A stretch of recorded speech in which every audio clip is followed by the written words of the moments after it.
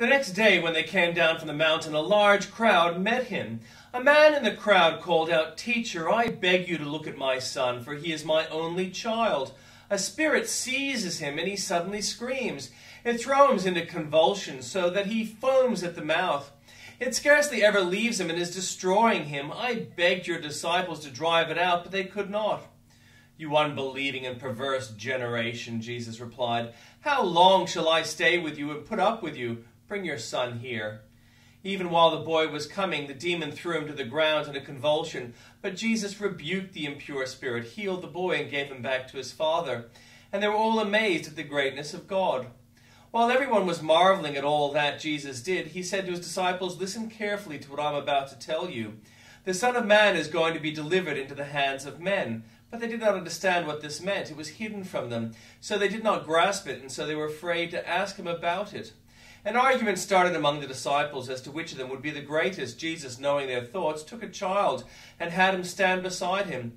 Then he said to them, "Whoever welcomes this little child in my name welcomes me, and whoever welcomes me welcomes the one who sent me. For it is the one who is least among you all who is the greatest." "Master," said John, "we saw someone driving out demons in your name, and we tried to stop him because he is not one of us." "Do not stop him," Jesus said, "for whoever is not against you is for you." As the time approached for him to be taken up to heaven, Jesus resolutely set out for Jerusalem, and he sent messengers on ahead, who went into a Samaritan village to get things ready for him. But the people there did not welcome him because he was heading for Jerusalem. When the disciples James and John saw this, they asked, "Lord, do you want us to call fire down from heaven and destroy them?" But Jesus turned and rebuked them. Then he and his disciples went to another village.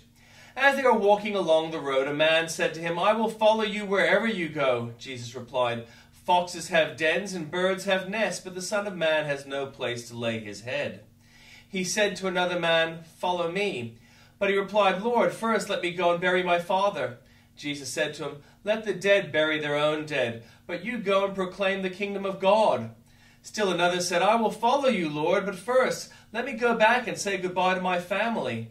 Jesus replied, "No one who puts a hand to the plow and looks back is fit for service in the kingdom of God." And the Old Testament reading. Then Samuel took a flask of oil and poured it on Saul's head and kissed him, saying, "Has not the Lord anointed you ruler over his inheritance? When you leave me today, you will meet two men near Rachel's tomb at Zelzah on the border of Benjamin. They will say to you, 'The donkeys you set out to look for have been found.' And now your father has stopped thinking about them and is worried about you. He is asking, 'What shall I do about my son?' Then you will go on from there until you reach the great tree of Tabor. 3 men going up to worship God at Bethel will meet you there. One will be carrying 3 young goats, another 3 loaves of bread, and another a skin of wine. They will greet you and offer you 2 loaves of bread, which you will accept from them. After that you will go to Gibeah of God, where there is a Philistine outpost. As you approach the town, you will meet a procession of prophets coming down from the high places with lyres, timbrels, pipes, and harps being played before them. And they will be prophesying. The Spirit of the Lord will... After that you will go to Gibeah of God, where there is a Philistine outpost. As you approach them, you will meet a procession of prophets coming down from the high places with lyres, timbrels, pipes, and harps being played before them.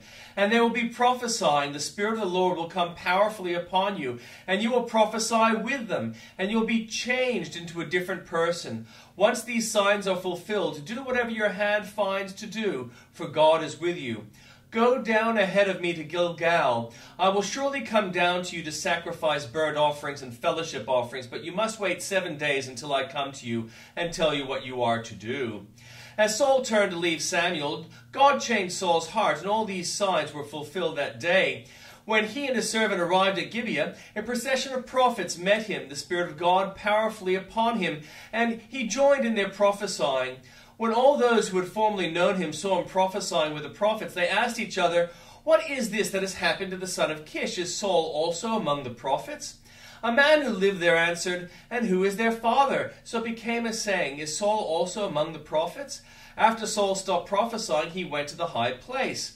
Now Saul's uncle asked him and his servant, "Where have you been?" "Looking for the donkeys," he said, "but when we saw we were not found, we went to Samuel." Saul's uncle said, Tell me what Samuel said to you." Saul replied, "He assured us that the donkeys had been found, but he did not tell his uncle what Samuel had said about the kingship." Samuel summoned the people of Israel to the Lord at Mizpah, and said to them, "This is what the Lord, the God of Israel, says. I brought Israel up out of Egypt, and I delivered you from the power of Egypt and all the kingdoms that oppressed you. But you have now rejected your God who saves you out of all your disasters and calamities. And you have said, 'No, appoint a king over us.' So now present yourselves before the Lord by your tribes and clans."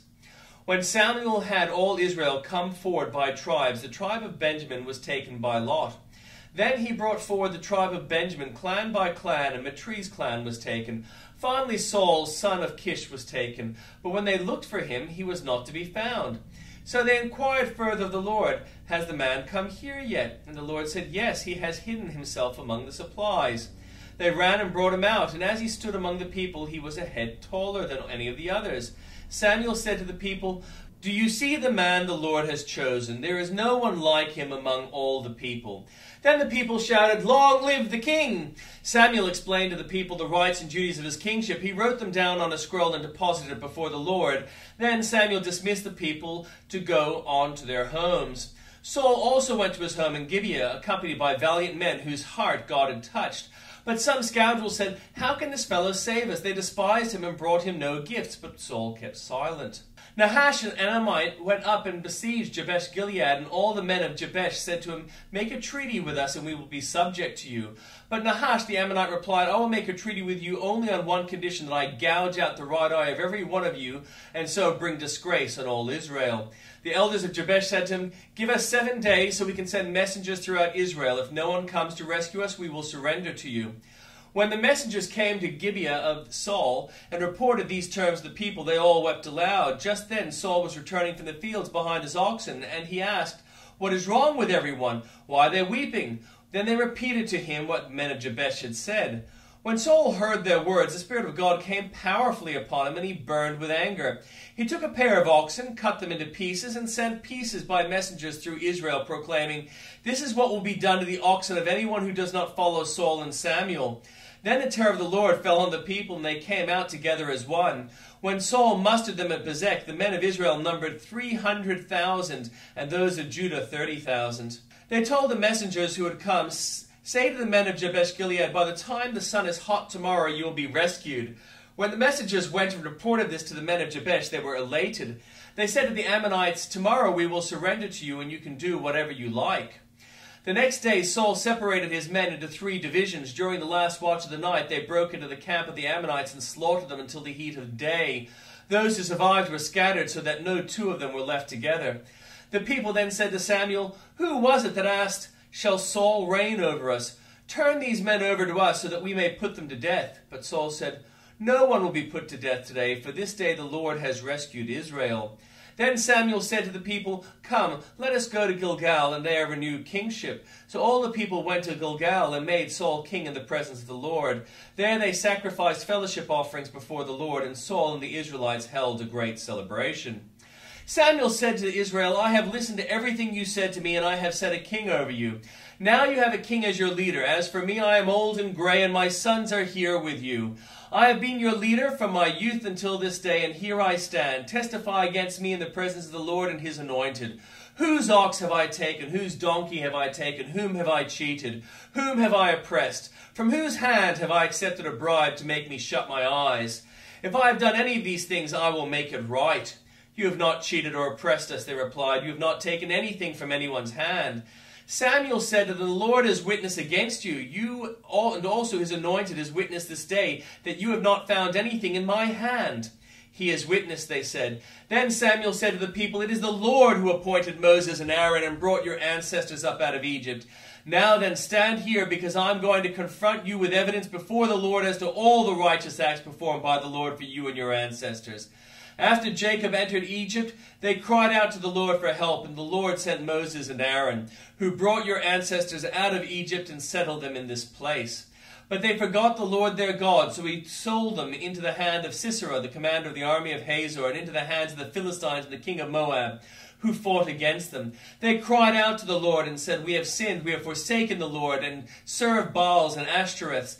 But now deliver us from the hands of our enemies, and we will serve you. Then the Lord sent Jerubbaal, Barak, Jephthah, and Samuel, and he delivered you from the hands of your enemies all around you, so that you lived in safety. But when you saw that Nahash, king of the Ammonites, was moving against you, and you said to me, "No, we want a king to rule over us, even though the Lord your God was your king.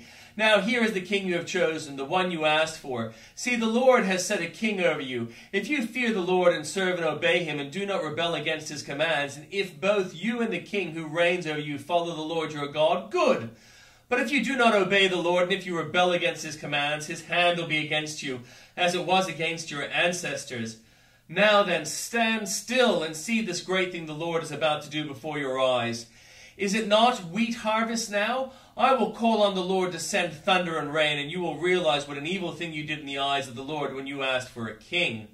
Then Samuel called on the Lord, and on that same day the Lord sent thunder and rain. So all the people stood in awe of the Lord and of Samuel.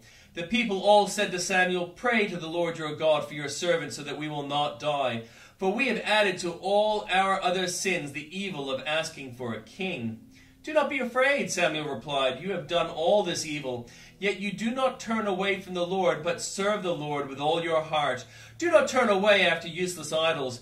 They can do you no good, nor can they rescue you because they are useless. For the sake of this great name, the Lord will not reject his people, because the Lord has pleased to make you his own. As for me, far be it from me that I should sin against the Lord by failing to pray for you, and I will teach you the way that is good and right. Be sure to fear the Lord and serve him faithfully with all your heart. Consider what great things he has done for you. Yet if you persist in doing evil, both you and your king will perish."